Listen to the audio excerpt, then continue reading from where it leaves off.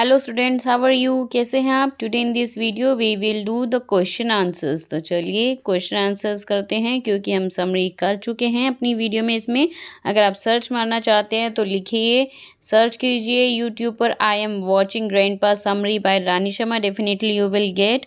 और first part question answer का मैं ऑलरेडी अपलोड कर चुकी हूँ। I am watching grandpa question answer by Rani Sharma, search कीजिए यूट्यूब पे, वो भी मिल जाएगा। और हो सकता है आपको डिस्क्रिप्शन में उनके लिंक भी मिल जाए समरी के और second part of question answers के। तो चलिए, मैंने बहुत ही अच्छे से आपको विद मीनिंग आपको ये समरी एक्सप्लेन करी थी। Let's see now the second part of the question answer. तो जैसा कि पहले हम अपनी वीडियो में कर चुके हैं, एमसीक्यू ये सब कर चुके हैं, रीड एंड आंसर्स के क्वेश्चन आंसर्स भी कर चुके हैं, आप देख सकते हैं वीडियो में। उसके बाद आ जाइए थिंक एंड आंसर्स पे। तो चलिए फर्स्ट क्वेश्चन क्या कह रहा है। First, imagine you have a pile of unused paper at home, how do you follow grandpa's example and make good use of it instead of throwing it away. Here pile means होता है ढेर। तो imagine कीजिए कि आपके पास unused बहुत सारे papers bundle ढेर पड़ा हुआ है घर पे पेपरों का। तो how do you follow grandpa's example, तो आप अपने जो ग्रैंडपा एग्जाम्पल जैसे आपने यहाँ पे स्टोरी में पढ़ा है, जैसे यूज़ किया है उन्होंने पेपर्स का, एंड मेक गुड यूज़, और बहुत अच्छे से यूज़ किया है, of it instead of throwing it away, फेंकने की बजाय उनका जो है यूज़ किया है। कैसे कैसे उन्होंने अलग अलग बंडल बनाए हैं और कैसे उनको डिस्ट्रीब्यूट करके कहाँ कहाँ पे पेपर्स यूज़ किए हैं, इसके लिए ज़रूर आप समरी सुनिएगा। चलिए now let's see the answer. तो इसके हर तरीके के आंसर हो सकते हैं, आंसर विल वेरी, बहुत तरह के आंसर्स आप लिख सकते हैं, बट हियर एग्जांपल्स गिवन जैसे कि स्टोरी में दिया हुआ है। तो I would follow grandpa's examples by using the pile of unused paper for my drawings, notes और other creative projects instead of throwing it away.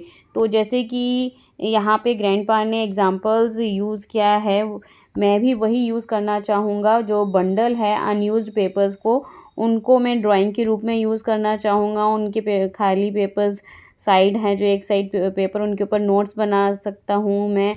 और उन्होंने कहा है कि अदर क्रिएटिव प्रोजेक्ट के लिए भी वो यूज़ कर सकता है फेंकने की बजाय। ठीक है, तो चलिए सेकंड क्वेश्चन क्या है आपका। सेकंड है, imagine yourself as a student at the computer institute. आप इमेजिन कीजिए कि आप इंस्टीट्यूट में खुद जो है स्टूडेंट है वहाँ के कंप्यूटर इंस्टीट्यूट के। How would you feel knowing that grandpa collecting, आपको क्या फील होगा जब आपको पता चलेगा कि जो है पेपर्स ग्रैंडपा कलेक्ट करते हैं। And reused the papers they wasted, और जो वो वेस्ट करते हैं पेपर वो ग्रैंडपा उनको रीयूज़ करते हैं। Would you appreciate his efforts, क्या आप उनकी प्रशंसा करेंगे, उनकी तारीफ़ करेंगे उनके एफर्ट्स की। वाई नॉट दिस, तो चलिए कारण बताइए। एग्जाम्पल जैसे कि है स्टोरी पे based. Yes I would appreciate grandpa efforts, हाँ मैं बिल्कुल जो है अप्रिशिएट करूँगा।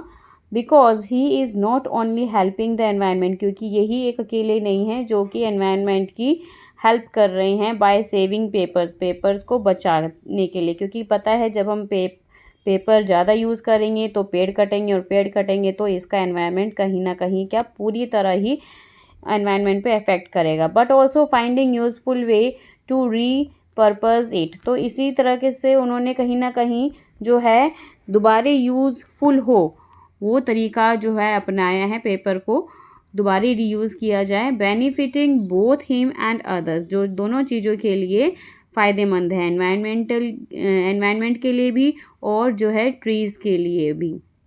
तो चलिए आप और भी अपना जो है आइडियाज़ इसमें ऐड कर सकते हैं। Now come to the third है आपका यहाँ पे, I stared at the septuagenarian in awe, why does the narrator. तो ऐसा मतलब क्यों ना, वो क्यों, स्टेयर्ड मीन्स होता है एकदम से एक तक देखना। तो सेप्चुजेरियन यहाँ पे जो है 70 साल का एक बूढ़े को कहा गया है, ठीक है, जो बहुत ही काफ़ी एजेड पीपल है। वाई डज द नरेटर, ऐसा क्यों उनको देख रहे थे narrator.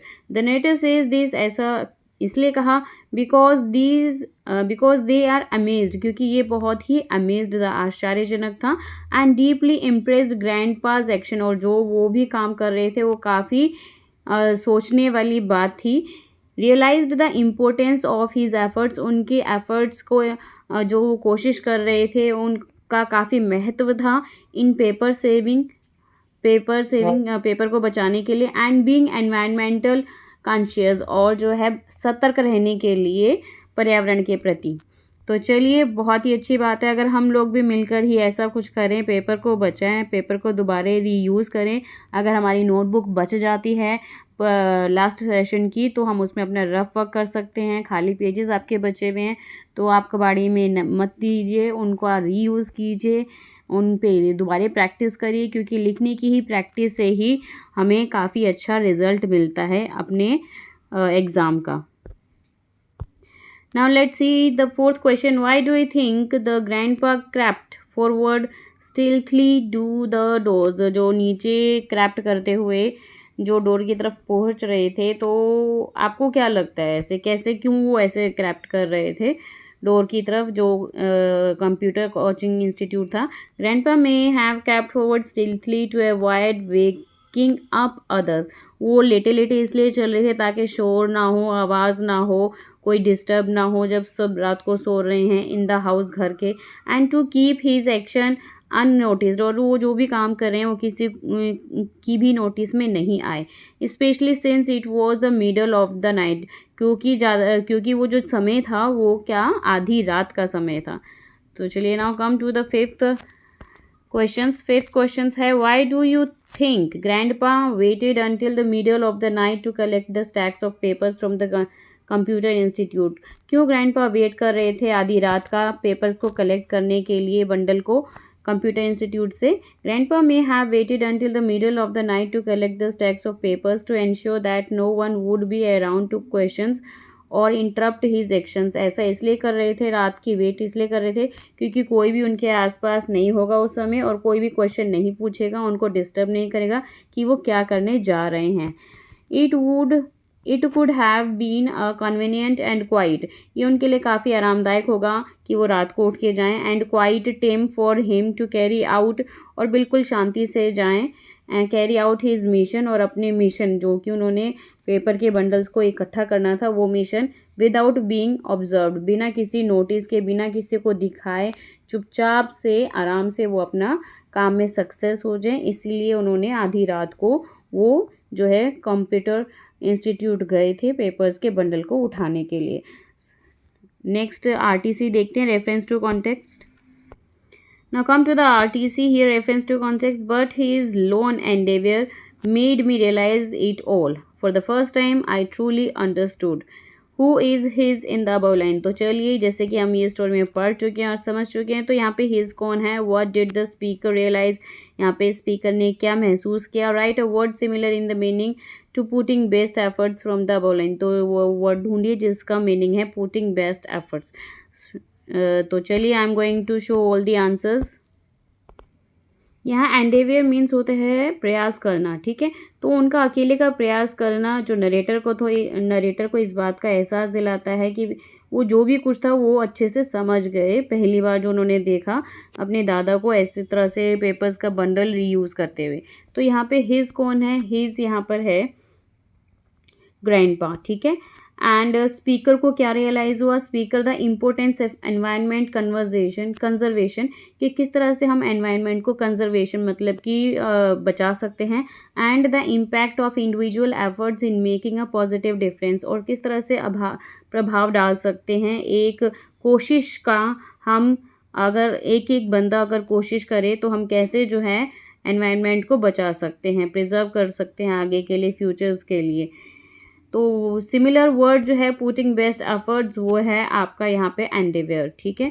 So hope you understood this exercise very well. इतने एफर्ट्स आप सब लोगों के लिए हो रहे हैं, प्लीज़ लाइक करना तो बनता ही है, लाइक भी कीजिए और अपने फ्रेंड्स के साथ शेयर भी कीजिए, ताकि जल्दी से जल्दी मैं आपके लिए, जितने लाइक होंगे मुझे उतना अच्छा लगता है और मैं आपके लिए प्रिपेयर कर सकूं आगे। ग्रामर भी और लिटरेचर भी दोनों साथ के साथ हम कर रहे हैं। ग्रामर का आप कोई भी चैप्टर सर्च करना चाहते हैं, विद आंसर्स देखना चाहते हैं, समझना चाहते हैं, तो चैप्टर नेम डालिए exercise with answers by Rani Sharma. Definitely you will get that grammar chapter. So don't forget to like, share and subscribe my channel. Thank you to all. Bye bye. Take care.